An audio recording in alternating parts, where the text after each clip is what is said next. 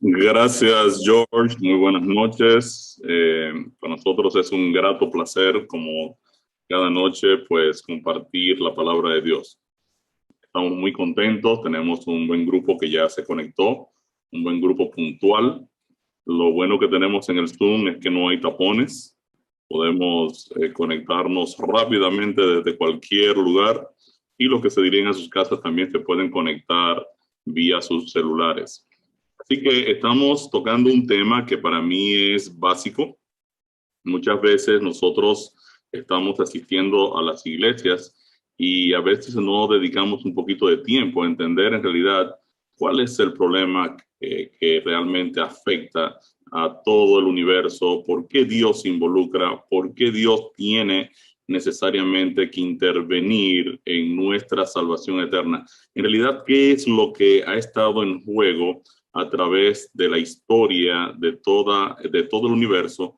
¿Y cuál es el rol de nosotros como seres humanos dentro de este esquema?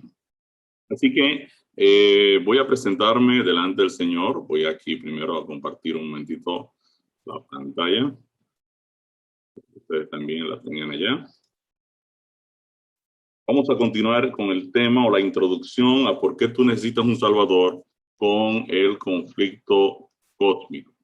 Así que les invito a que nos acompañen en oración para yo presentarme delante de nuestro Dios. Tengo que moverlo un poquito. Tengo todo. Aquí salió el chat. Los participantes, vamos por aquí abajo. Ahí lo vemos. Bien, oramos. Bendito Dios, Padre Celestial, te damos tantas gracias por tu salvación, por el plan de redención que tú has desarrollado por medio de tu Hijo Jesucristo. En esta hora queremos dar inicio nuevamente a nuestro programa de estudio de tu palabra y queremos pedirte de manera especial y en el nombre de Jesús que tu Santo Espíritu nos dirija, esté con nosotros, que tu palabra pues nos ayude a reflexionar en lo grandioso de este sacrificio y cómo tú personalmente, oh Señor, te has involucrado en la solución de nuestro problema de pecado. Bendice de manera especial cada hermano que está con nosotros, los que ya están conectados, los que están en ruta a conectarse. Bendice cada familia aquí representada. Y te pido, Dios, de manera especial que tu palabra nos toque, nos ayude a interesarnos, en profundizar en el conocimiento de tu plan de salvación y que podamos deleitarnos y gozarnos en lo grandioso de este proyecto en favor de cada uno de nosotros. Gracias te damos, señores, en el nombre de Jesús que te pedimos estos favores. Amén. Bien, en el día de ayer iniciamos el tema ¿por qué tú necesitas un Salvador? Y vimos que el origen del mal, ¿verdad?, está unido a la libertad de escoger. La libertad de escoger es el resultado del carácter de amor de Dios. Decíamos ayer que nos fuimos, ¿verdad?, bien atrás, bien, así como dice la película de la Guerra de las Galaxias, bien far away. No sé si es far away, pero mi inglés no es muy bueno, pero bien atrás, cuando nada existía. Y vimos cuál era en realidad el dilema del Dios creador. Dios es amor y obviamente todo lo que Dios hace está imbuido de su carácter. Todo lo que Dios desarrolla, todo plan, toda idea, toda palabra está necesariamente ligada a su esencia, que es el amor. Y Dios decidió desde la fundación del mundo, desde antes de la fundación del mundo, dice el texto que vimos, decidió entregar a Cristo porque ya Dios sabía que necesariamente iba a surgir la posibilidad de que el pecado entrara, ya que las criaturas que él estaba creando eran criaturas libres. Vimos que el problema, vimos que el problema del pecado surgió en el cielo antes de la creación de nuestro mundo. Lucifer centró su atención hacia sí y arrastró consigo la tercera parte de los ángeles del cielo. Quiero detenerme aquí un minutito. No vimos este versículo, Apocalipsis 12:4, pero vi oportuno a repasar el tema para esta noche, dedicar por lo menos un par de minutos a por qué nosotros decimos que el enemigo de Dios arrastró consigo la tercera parte de los ángeles del cielo y qué dice exactamente Apocalipsis 12:4. Génesis, si nos puede leer Apocalipsis 12:4. Buenas noches. Dice, también apareció otra señal en el cielo. He aquí un gran dragón en escarlata que tenía 7 cabezas y 10 cuernos, y en sus cabezas 7 diademas, y su cola arrastraba la tercera parte de las estrellas del cielo, y las arrojó sobre la tierra. Ok, aquí tenemos a Juan narrando lo que él está viendo en visión. Él ve una figura de un gran dragón escarlata y dice que este dragón escarlata con su cola arrastró la tercera parte de las estrellas del cielo. Recuerden que habíamos dicho cuando estudiamos el propósito de la Biblia que cuando vamos a la profecía yo tengo que ir paso a paso sabiendo qué significa cada uno de los símbolos. Entonces vamos a ver los diferentes símbolos en los diferentes textos bíblicos. Vamos a leer Apocalipsis 12:7-9 y vamos a ver qué significa el dragón. Luego vamos a ver qué significa la cola y después vamos a ver qué significan las estrellas. Recuerden que estamos trabajando en Apocalipsis. Apocalipsis es un libro simbólico donde el profeta en visión está narrando situaciones y está utilizando símbolos para expresar las ideas. Entonces, vámonos a Apocalipsis 12:7-9. ¿Qué nos dice? Después hubo una gran batalla en el cielo. Miguel y sus ángeles luchaban contra el dragón, y luchaban el dragón y sus ángeles, pero no prevalecieron ni se halló ya lugar para ellos en el cielo, y fue lanzado fuera el gran dragón, la serpiente antigua que se llama Diablo y Satanás, el cual engaña al mundo entero. Fue arrojado a la tierra y sus ángeles fueron arrojados con él. Ok, aquí el texto Apocalipsis 12:7-9.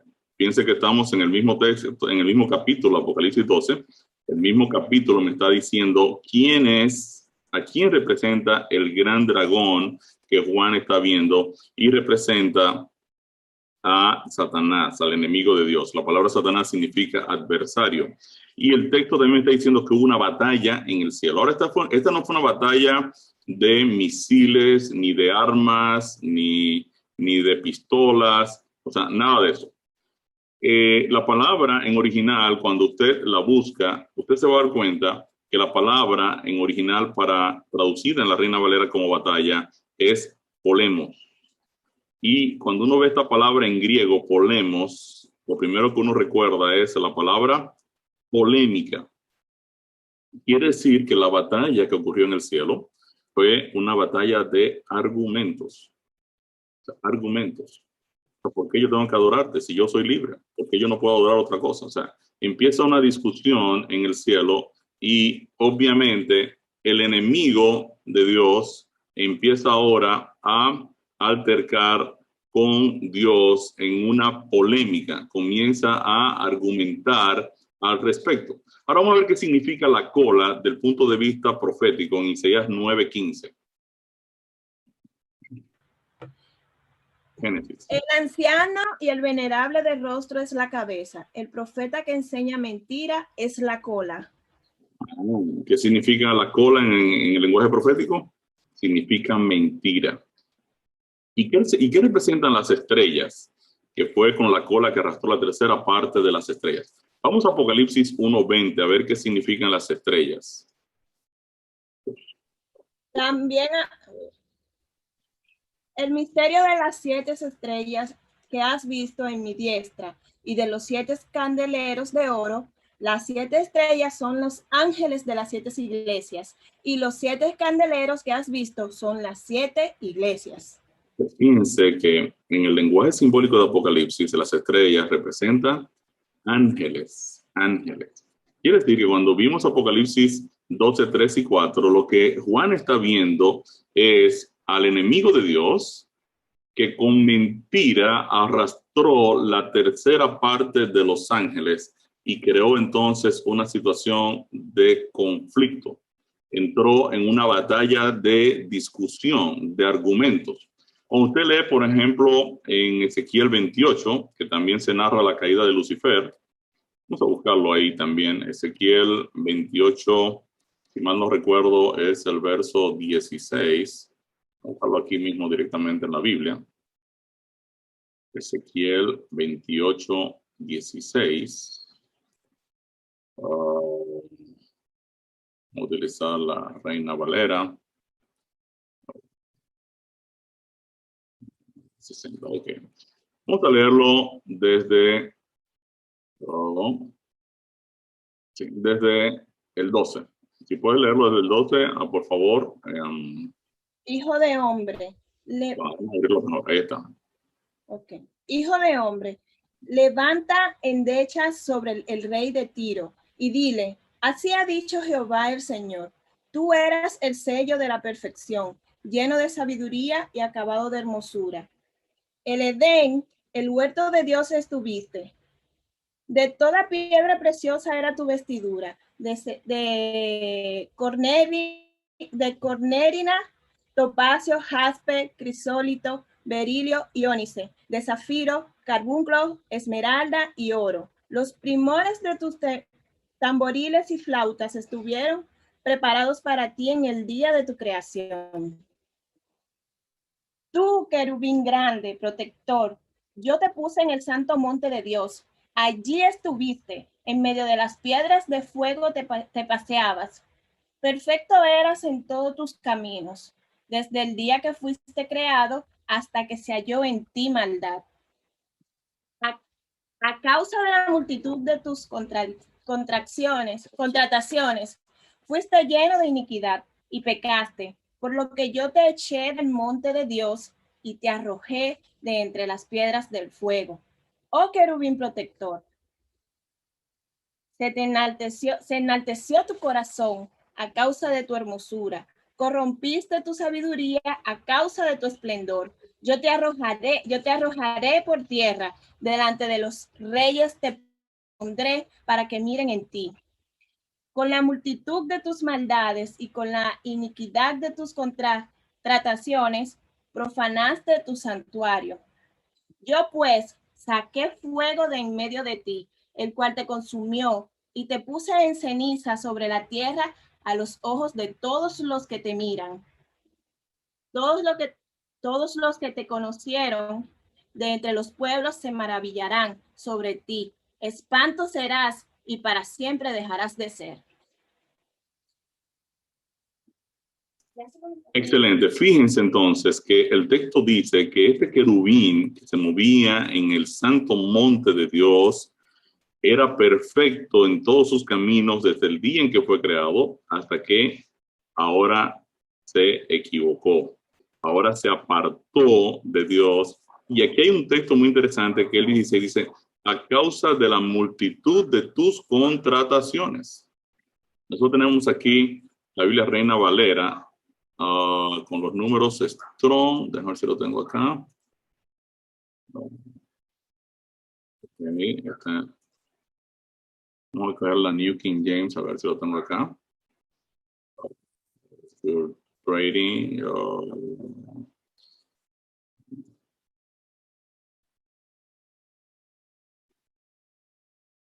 Contrataciones significa chismes. O sea, el enemigo de Dios en el cielo montó una estructura de chismes y arrastró consigo la tercera parte de los ángeles. En el día de ayer analizamos que Dios obviamente tenía algunas opciones para resolver este conflicto. Destruir los ángeles malos, decíamos que no era viable porque obviamente los ángeles fieles iban ahora a tener temor de Dios. En otras palabras, los ángeles fieles iban a decir, bueno, si no obedecemos a Dios, entonces el Señor nos va a destruir. Entonces vamos a obedecer siempre porque de lo contrario, este es un Dios que elimina a los que no lo obedecen. Destruir a todos los ángeles malos y buenos era una opción que Dios no podía. Hablamos del concepto de la omnipotencia de Dios. La Biblia presenta un Dios omnipotente con múltiples atributos, muchos de ellos incluso hasta infinitos, pero que están limitados a su carácter. En otras palabras, esto es bien importante porque muchas veces yo escucho cristianos que presentan a un Dios soberano, de hecho Dios es soberano, pero a veces presentan el concepto de que la soberanía de Dios puede eliminar su justicia. En otras palabras, Dios en su soberanía puede actuar injustamente. Eso es imposible. O sea, la Biblia dice que Dios es justo, Él no puede ser injusto. O sea, Dios está limitado. Quiere decir que la soberanía de Dios también se ajusta a los límites morales del carácter de Dios. Finalmente, la tercera opción, que fue la que Dios decidió seguir adelante, era permitir que el pecado se desarrollase. Permitir el desarrollo del pecado y enfrentarlo en la cruz fue lo que Dios decidió antes de la fundación del mundo. Recuerden que estamos analizando, Dios está solo, Él está pensando todo lo que va a poder ocurrir y cómo Él va a poder enfrentar la situación. O sea, si vamos de nuevo al texto que dio inicio a nuestro estudio de ayer, 1 de Pedro 1, 18 al 20, lo voy a ubicar aquí también en la Reina Valera 60. Vamos a verla aquí, la Reina Valera 60. 1 de Pedro, y miren un dato bien importante. 1 de Pedro 1, 18 al 20. Vamos a leerlo nuevamente, Génesis.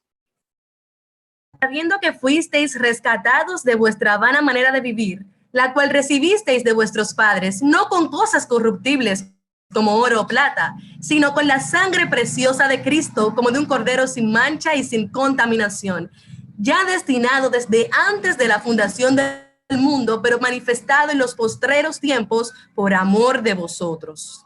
Amén. Ahora, cuando yo voy a la palabra mundo y toco aquí, esta palabra en el original es cosmos. Quiere decir que el texto me está diciendo que Cristo fue destinado desde antes de la fundación del cosmos, pero fue manifestado en los postreros días, ya en el tiempo en que Cristo vino a la tierra. Quiere decir que en la palabra original, lo que Dios estaba pensando era que la creación iba a representar su involucramiento personal a través de la cruz de Cristo en la solución al problema del pecado. Decíamos ayer que Dios es amor, el amor siempre escogerá el sacrificio antes que la soledad. La soledad inutiliza el amor. Quiere decir, entre Dios quedarse solo y evitar que el pecado nunca entre en su reino, o crear criaturas y brindarles la salvación y entregar su vida por ellas, Jesús prefirió la muerte antes que la soledad. Y a veces es difícil entonces aceptar que si el motivo fundamental de la creación de los seres inteligentes del universo es el amor, que este creador se goce en destruir las criaturas donde él depositaría su amor. Hay algunos cristianos que presentan un concepto que se llama la predestinación selectiva o parcial, donde Dios ha creado seres humanos para que se salven y seres humanos para que se pierdan. Y eso es absolutamente una injusticia. O sea, es una barbaridad. O sea, en el concepto de la creación divina, el vehículo que motivó la creación de todas las criaturas de Dios, el vehículo es el amor. Porque eso es lo que Dios es, dice la Biblia. O sea, es muy difícil, por ejemplo, que en la historia que yo le decía ayer, que mi esposa le tomó mucho tiempo, de hecho nos tomó 5 años en que ella saliera embarazada de nuestro primer hijo, que estábamos deseando. Y ahora que nació el hijo, y diga, qué bueno que nació este hijo. Este primero yo lo escogí para hacer la vida imposible y para que fracase. Eso no tiene ningún sentido. Porque yo deseaba el hijo, yo lo quería. O sea, para mí era relevante que el niño naciera. Entonces, cuando nosotros vemos ese tipo de teologías, tenemos de una vez que poner en auto y decir, un momento, aquí hay algo que no me está cuadrando. Yo le pongo un ejemplo. Tengo un amigo a quien le explicaba hasta cuánto perdona Dios. Y yo le dije, mira, Dios en realidad pagó el precio de tu salvación y Dios está dispuesto a perdonarlo todo. Hay una sola cosa que Dios no puede perdonar. Y él me decía, ¿qué? ¿Y qué es? Y bueno, te lo voy a poner en de una manera, digamos, práctica. Tú tienes tu hijo y tú literalmente le puedes perdonar todas las cosas malas que tu hijo haga. Si él viene con un corazón compungido y te pide perdón y te dice, padre, mira, sabes que yo me equivoqué, te fallé.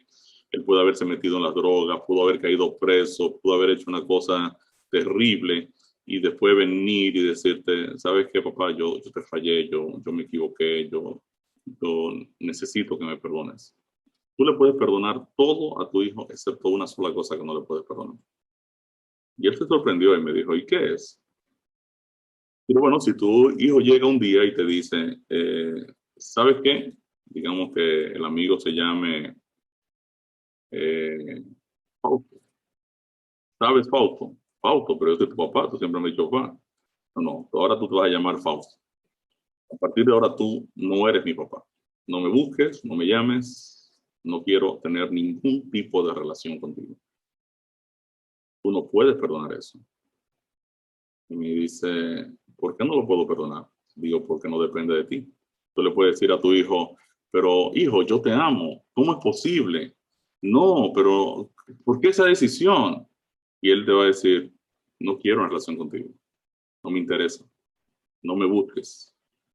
Y este es el ejercicio de la libertad que Dios respeta. Y es, cuando lo veamos un poquito más adelante, lo que la Biblia conoce como el pecado imperdonable. O sea, es imperdonable no porque Dios no tiene la capacidad de perdonar, es porque Dios no puede violentar la decisión que ya la persona ha tomado en contra de Dios. Obviamente, el vehículo de toda la creación es el amor de Dios. Y en esencia, ¿qué es lo que queremos decir con todo esto? Lo que queremos decir es que obviamente el objetivo fundamental del Evangelio no era la salvación del hombre. O sea, Dios hubiese ahorrado el sacrificio de Cristo con tan solo no crear el hombre. O sea, el objetivo del Evangelio, que está pensado mucho antes de la fundación del mundo, no puede ser la salvación de un ser que todavía no existe y todavía no ha caído. Eso es lo que queremos decir. Entonces, ¿cuál es el objetivo del Evangelio?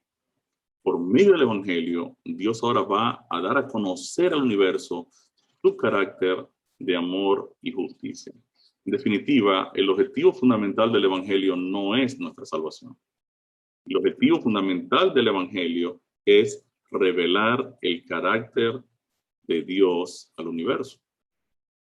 Dicho sea de paso, los ángeles que permanecieron fieles con Dios siempre tenían su derecho a dudar de si Lucifer, que arrastró la tercera parte de los amigos de ellos y se los llevó y Dios tuvo que sacarlo del cielo, si de repente él tenía razón o no tenía razón. Ellos tenían ese derecho de decir, bueno, nos quedamos con Dios, pero ¿será que Lucifer tenía razón? Quiere decir que cuando ocurre el conflicto en el cielo, Dios tiene una situación que necesariamente va a enfrentar. La Biblia señala cuál es el propósito fundamental del Evangelio y no es la salvación del hombre. Vamos a leer Romanos 1:17. Porque en el Evangelio la justicia de Dios se revela por fe y para fe, como está escrito, mas el justo por la fe vivirá. ¿Qué se revela a través del Evangelio? ¿Qué es lo que el Evangelio va a manifestar, va a mostrar, va a revelar la justicia de Dios? Ese es el objetivo fundamental del plan de salvación. Vamos a leer Romanos 3:24-26. Siendo justificados gratuitamente por su gracia, mediante la redención que es en Cristo Jesús, a quien Dios puso como propiciación por medio de la fe en su sangre, para manifestar su justicia a causa de haber pasado por alto en su paciencia los pecados pasados, con la mira de manifestar en este tiempo su justicia, a fin de que Él sea el justo y el que justifica al que es de la fe de Jesús. Excelente. O sea, lo que estamos diciendo entonces, o lo que está diciendo la palabra de Dios es que el objetivo del plan de salvación es manifestar la justicia de Dios. Porque mientras yo no comprenda el carácter de Dios, yo nunca voy a poder confiar, creer, tener fe, tener convicción en el Dios creador del universo. Entonces, la primera prioridad que Dios tiene una vez inició el problema del pecado en su reino es revelarse, mostrarse. Fíjense esta cita de Patriarcas y Profetas en la página 49, del párrafo 1, dice: pero el plan de redención tenía un propósito todavía más amplio y profundo que el de salvar al hombre. Cristo no vino a la tierra únicamente por este motivo.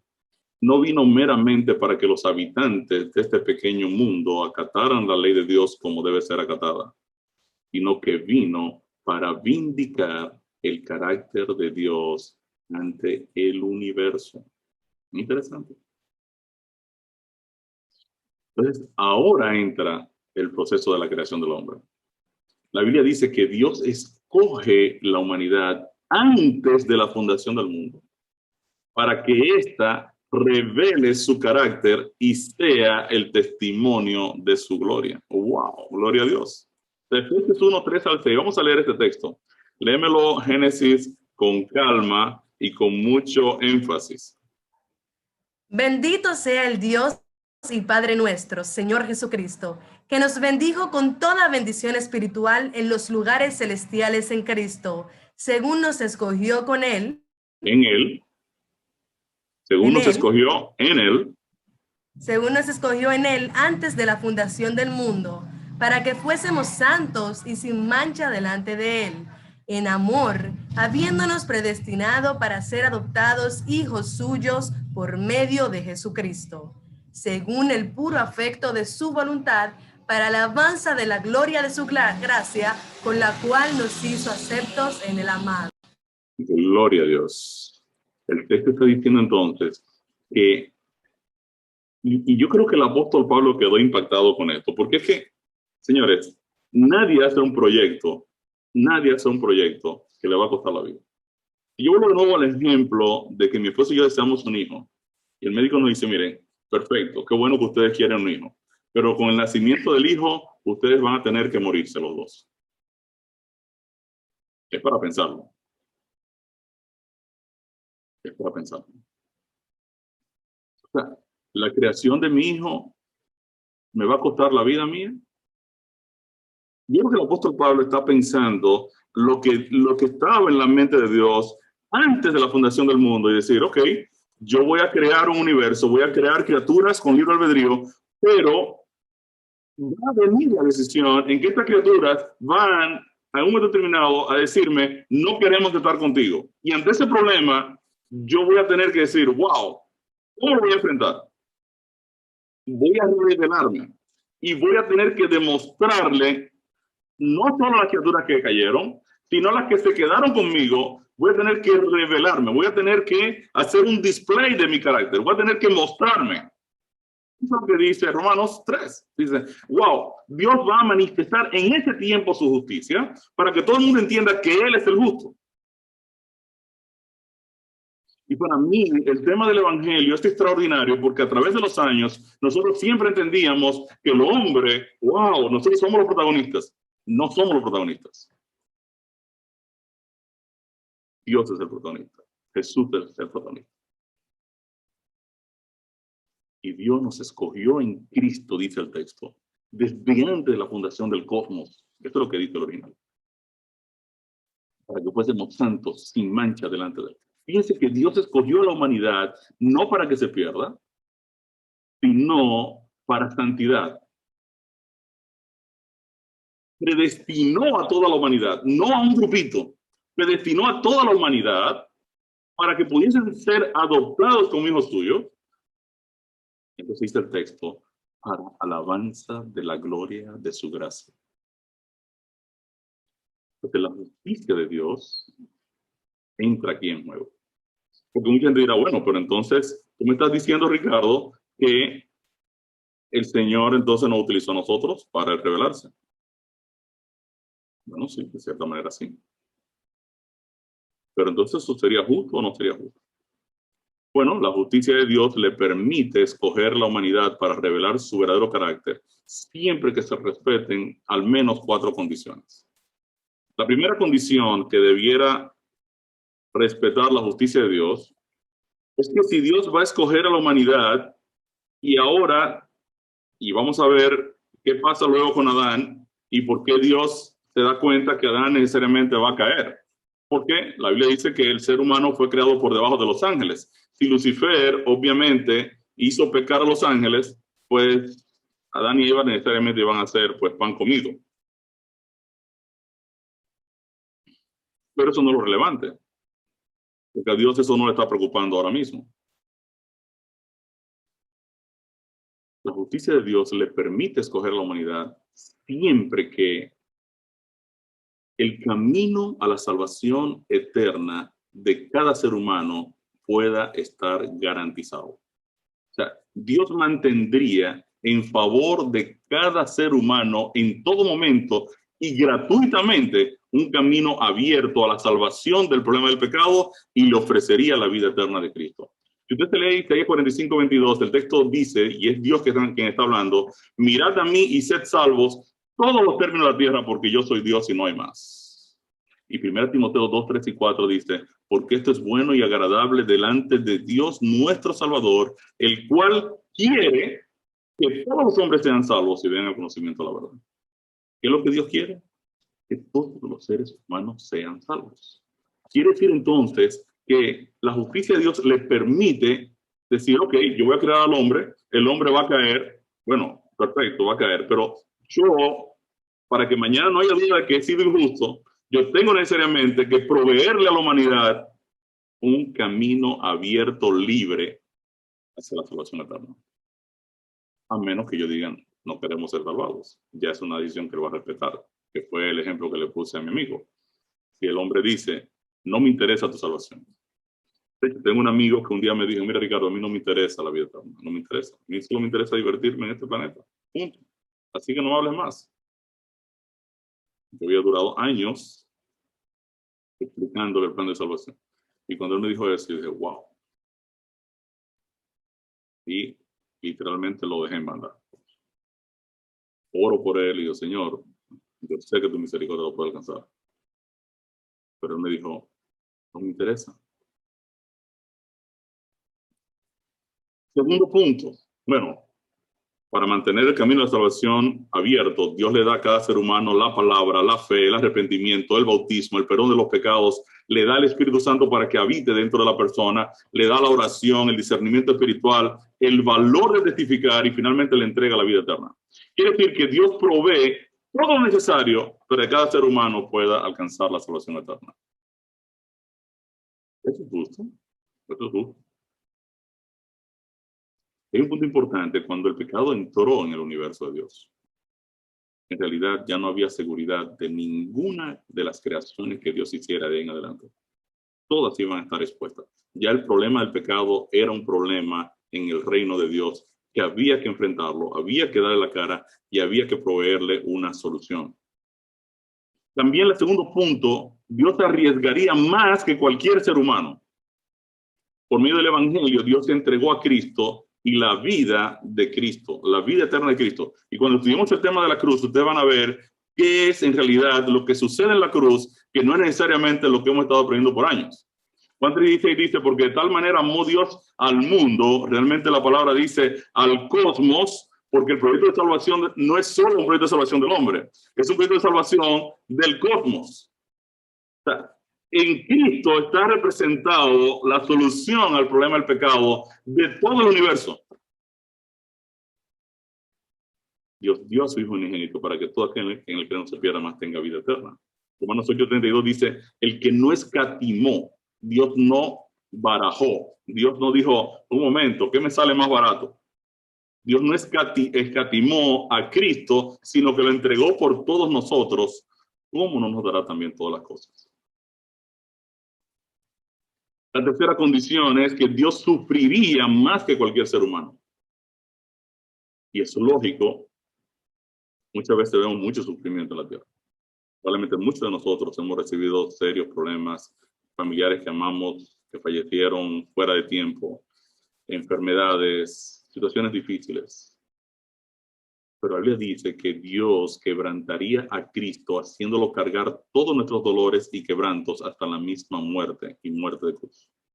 Usted lo puede leer esto en Isaías 53, 3 al 5, 7 y 10. Y Hebreos 12, 2 y 3 dice que Cristo padeció. El texto dice, considerad aquel que sufrió tal contradicción de pecadores y sufrió la cruz, menospreciando lo oprobio y finalmente se sentó a la diestra del Padre. Cristo sufrió más que cualquier ser humano que haya existido. Y finalmente, Dios ofrecería a cada ser humano que reciba a Cristo un galardón que no lo ha ofrecido a nadie más en el universo. A cada ser humano que acepte su salvación, Dios lo trataría como a Cristo y lo sentaría en su trono. Efesios 2, 4 al 6 dice que Dios nos redimió y nos sentó en los lugares celestiales con Cristo.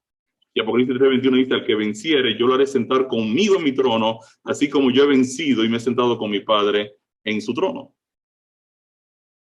Entonces, la iglesia, la comunidad de salvados, es escogida por Dios para dar a conocer su carácter a todos los principados y potestades celestes. ¿Pero cómo?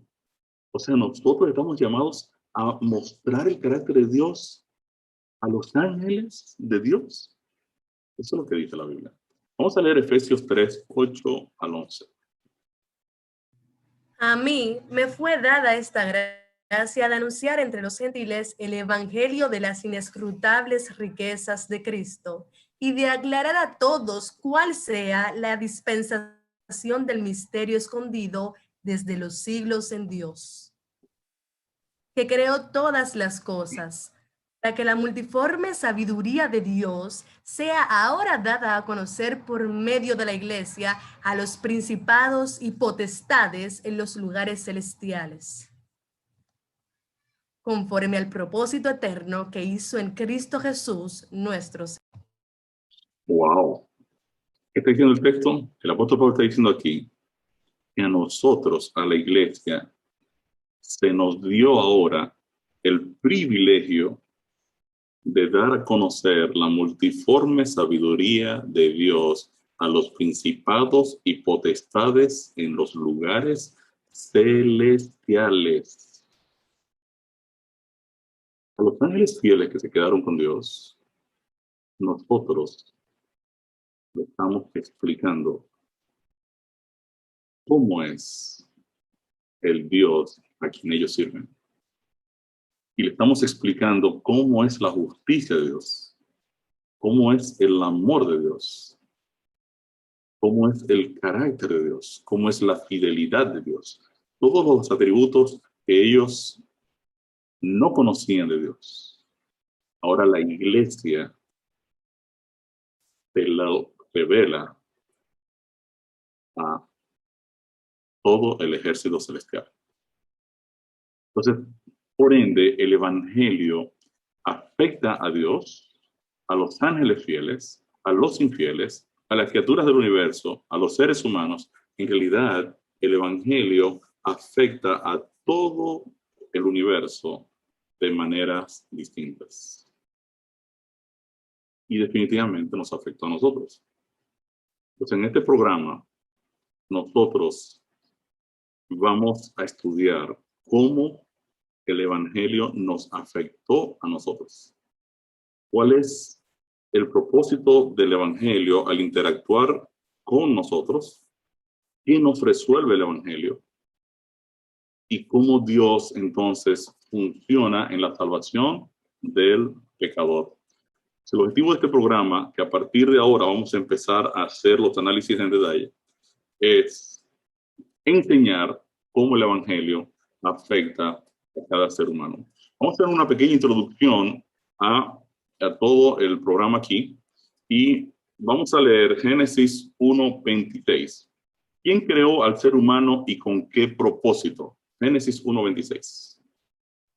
Entonces dijo Dios, hagamos al hombre a nuestra imagen, conforme a nuestra semejanza, y señoree en los peces del mar, en las aves de los cielos, en las bestias, en toda la tierra y en todo animal que se arrastra sobre la tierra.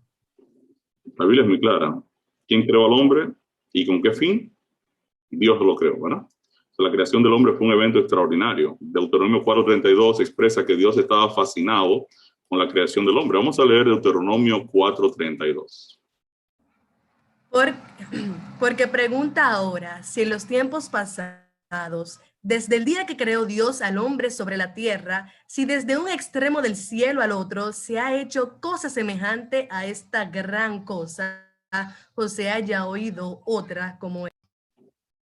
Interesante. O sea, la creación del hombre fue un hecho espectacular. Y yo creo que el ser humano realmente es una creación espectacular. Cuando yo pienso en cómo el ser humano se multiplica, cómo surge un bebé, cómo nosotros nos relacionamos, la plasticidad de nuestro cerebro, cómo aprendemos, cómo hablamos. Cuando usted agarra o toma un bebé y lo escucha, cómo se desarrolla, cómo empieza a articular información, cómo interpreta el lenguaje, cómo va creciendo cada vez y adquiriendo información y desarrollándose. Es espectacular. O sea, definitivamente el ser humano es una cosa extraordinaria. De acuerdo a Génesis 1:26, Dios creó al hombre y lo hizo Señor de toda la creación. Según Génesis 2:7, ¿qué hizo Dios después que formó al hombre del polvo de la tierra? Génesis 2:7. Entonces Jehová Dios formó al hombre del polvo de la tierra y sopló en su nariz aliento de vida, y fue el hombre un ser viviente. ¿Cómo fue formado el hombre? No. Variedad de asombrosas y diversas criaturas de amor. Este nuevo mundo sería único porque las criaturas principales serían hechas a la imagen de Dios.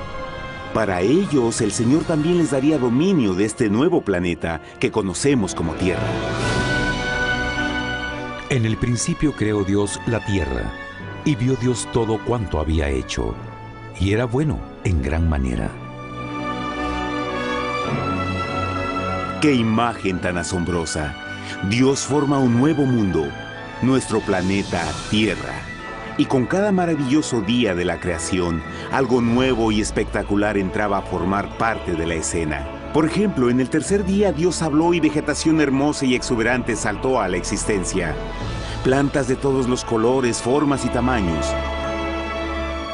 En el quinto día, el mundo estaba lleno con asombrosas, exóticas criaturas que podían ya sea elevarse por los cielos o deslizarse libremente por las aguas azules, y algunas podían hacer ambas cosas.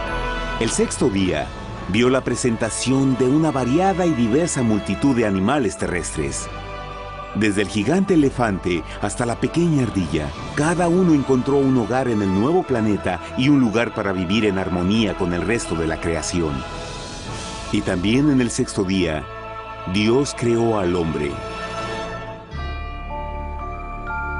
Entonces dijo Dios, hagamos al hombre a nuestra imagen, conforme a nuestra semejanza. Entonces Jehová formó al hombre del polvo de la tierra y sopló en su nariz aliento de vida, y fue el hombre un ser viviente. Y Jehová plantó un huerto en Edén, al oriente, y puso ahí al hombre que había formado.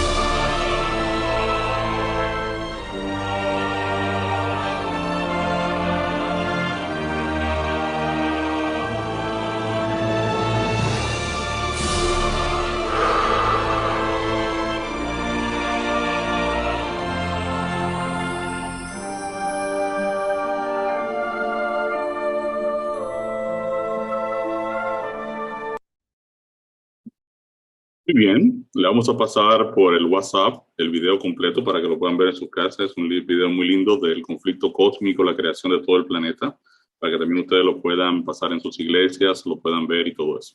En definitiva, Dios sopló en Adán aliento de vida. Lo que la Biblia está diciendo en realidad es que Dios colocó en Adán la vida de toda la humanidad. Vamos a entender un poquito este concepto. Génesis 2, 21 a 24. ¿De qué creó Dios a Eva? Entonces Jehová Dios hizo caer sueño profundo sobre Adán, y mientras éste dormía, tomó una de sus costillas y cerró la carne en su lugar.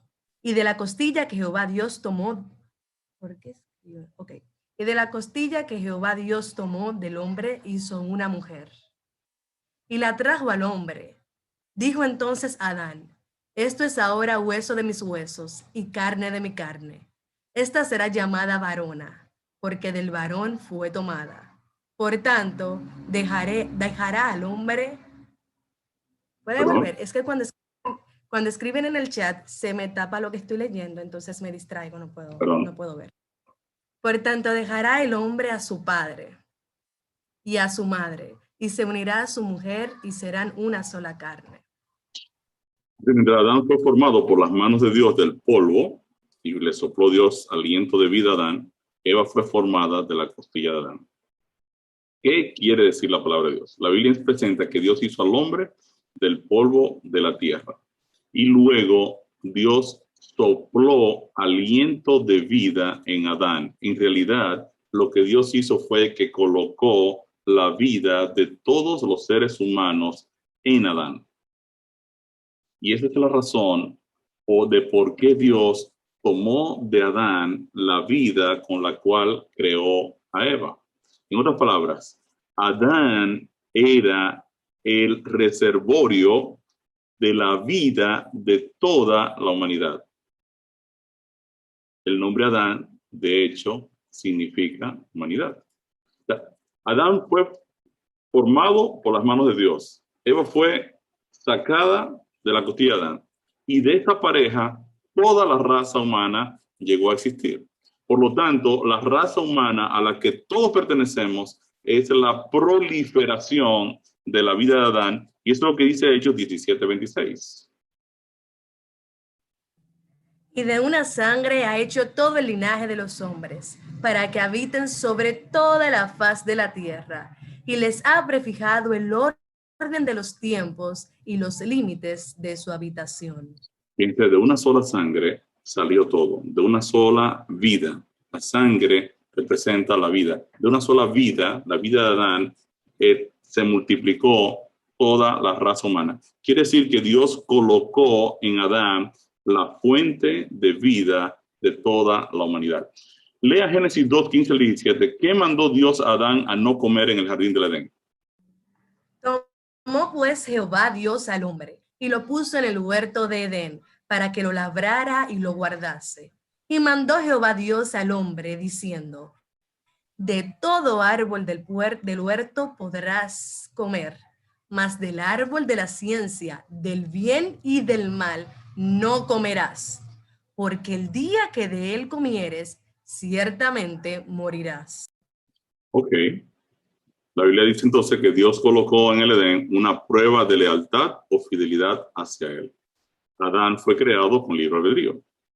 Recordemos que la creación de Adán está en el contexto del problema cósmico del pecado. O sea, ¿qué significa esto?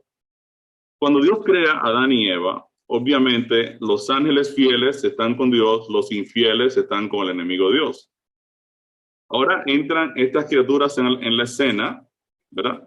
Y la pregunta es, ¿estas criaturas pueden elegir o son robotizadas?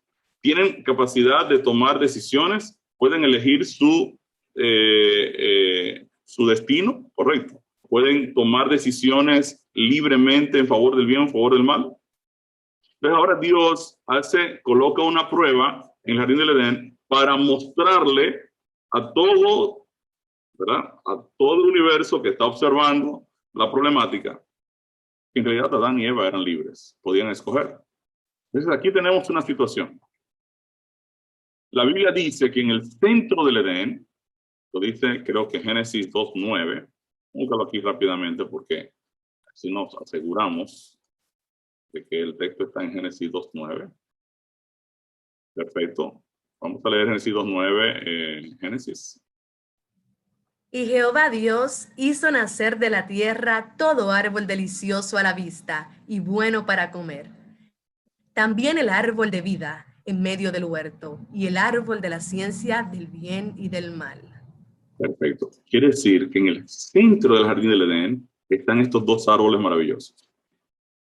Está el árbol de la vida. Yo le puse ahí manzanas. No sé si eran manzanas. La Biblia no dice qué fruto era, ¿verdad? De hecho, la Apocalipsis dice que el árbol de la vida da un fruto distinto cada mes. Así que debe ser un árbol totalmente espectacular. Pero tenemos el árbol de la vida y luego tenemos el árbol de la ciencia del conocimiento del bien y del mal. Y Adán y Eva venían entonces al centro del Edén a tomar una decisión o de vida tomando del fruto del árbol de la vida o de muerte tomando de un árbol que Dios le dice, este no lo pueden tomar. De hecho, este árbol es un principio de mayordomía cristiana. Este árbol representaba el hecho de que Dios era el dueño y establecía las reglas de su creación. Adán, tú no eres el dueño, yo soy el dueño. Y para que veas que yo soy el dueño, tú puedes usar todos los árboles, tú puedes comer todos ellos. Este no lo puedes tocar. Este es mío. Este yo me lo reservo. Entonces, Adán y Eva hacían entonces un proceso de elección o por la vida eterna tomando del árbol de la vida. Esta vida se ofrecía, ¿verdad?, al comer del fruto del árbol de la vida, o de muerte eterna con la elección del otro árbol. Esto es lo que está en juego cada vez que Adán y Eva vienen ahora a elegir. Obviamente, es una decisión por fe, ¿correcto? O sea, Adán tenía que creer que el árbol de la vida le daba vida eterna. ¿Cómo Adán sabía que el árbol le daba vida eterna? Cuando pasaba el tiempo y no se moría. No se moría, pasaba el tiempo, decía, bueno, realmente Dios tenía razón. Entonces es un acto de fe. O sea, no es que, wow, me como el árbol, wow, ya tengo vida eterna. No, él no lo sabe. Él tiene que darse cuenta en el tiempo. Tenía que creer en la palabra de Dios y Dios le está diciendo, este árbol te va a dar vida eterna.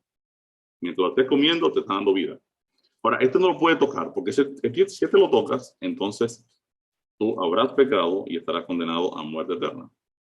Y ahora, estos dos árboles en el centro del Edén le demuestran al universo que Adán y Eva no eran robots o seres librados de la libertad de escoger. Esta era una prueba de libertad. Lealtad a Dios significaba que la vida que Dios les dio podría continuar por siempre. Darle la espalda a Dios significaba darle la espalda a la vida misma, porque Dios es la fuente de la vida. Quiero terminar con este texto y una pregunta que les quiero hacer para entonces darle participación a los que quieran participar. Lea Romanos 5:12. ¿Cuántos se vieron afectados por el pecado de Adán? Por tanto, como el pecado entró en el mundo por un hombre y por el pecado la muerte, así la muerte pasó a todos los hombres por cuanto todos pecaron. Entonces esto me está diciendo, ¿cuántos se vieron afectados por el pecado de Adán? Dice que todos se vieron afectados. El pecado pasó a todos. ¿Qué está diciendo el texto bíblico? Adán era la fuente de la humanidad. De Adán se tomó la vida para la creación de Eva. Obviamente a Eva no la sacaron de la cabeza para que no creyera que estaba por arriba del esposo, tampoco de los pies para que el esposo no la pisoteara. La sacaron de el lado, o sea que Dios se cuidó de que no fueran las mujeres a sentirse mal, ni el hombre tampoco a abusar de la mujer. Eso sería una barbaridad. Así que bíblicamente hablando, el hombre ama a la mujer respeta al esposo. Eso es lo que dice la Biblia. Ahora, cuando la fuente pecó, toda la vida contenida en Adán se contaminó con el pecado. Eso es lo que me dice Romanos 5:12. O sea, los seres humanos estaban contenidos en Adán cuando Adán fue creado. Ahora, cuando la fuente pecó, toda la vida en Adán se contaminó con el pecado. Y eso es lo que me está diciendo Romanos 5:12. O sea, el pecado entró en el mundo por un hombre, por el pecado entró la muerte y la muerte pasó a todos lados. Entonces, toda la humanidad se vio afectada por el pecado de Adán, y el texto es enfático al señalar que la muerte pasó a todos. O sea, a partir de este problema, inicia la acción de estos dos flagelos para afectar a todos los seres humanos. Y en la Biblia es el único lugar de todo el planeta, el único libro de todo el planeta donde usted va a encontrar una solución al problema, una explicación de por qué existe la muerte, una explicación de por qué existe el pecado y la solución al problema de lo mismo. Entonces no vamos a quedar aquí, pero yo le voy a dejar una pregunta. El hecho de que el pecado de Adán me incluye a mí, ¿es justo para mí o no es justo? O sea, ¿es justo para nosotros que el pecado de Adán nos afecte a todos nosotros? ¿Sí o no? Y aquí vamos a detenernos, el tiempo se nos fue, no me pasé 4 minutos, usted me va a excusar, pero ya estamos en el fin de semana.